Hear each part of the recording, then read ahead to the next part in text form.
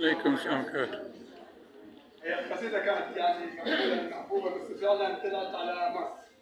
أنا اكتشفت إن فعلا إحنا كمصريين أفضل انتماء لينا فعلا إن إحنا كمصريين.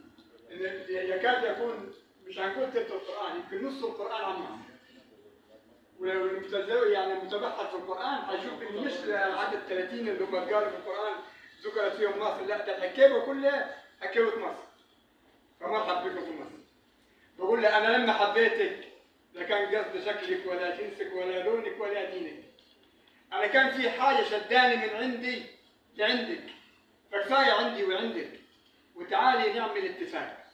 نبقى في أصدقاء كما النبي محمد والصحابة الطاهرين، أو كما سيدنا عيسى مع الحواريين، أو كما سيدنا موسى لما ناجى ربه في طور سنين.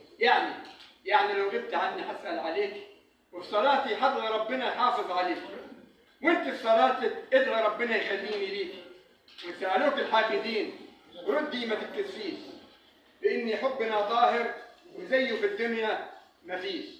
وفي آخر كلامي بعتلك سلامي مع قلب انت فيه فما تقلقيش.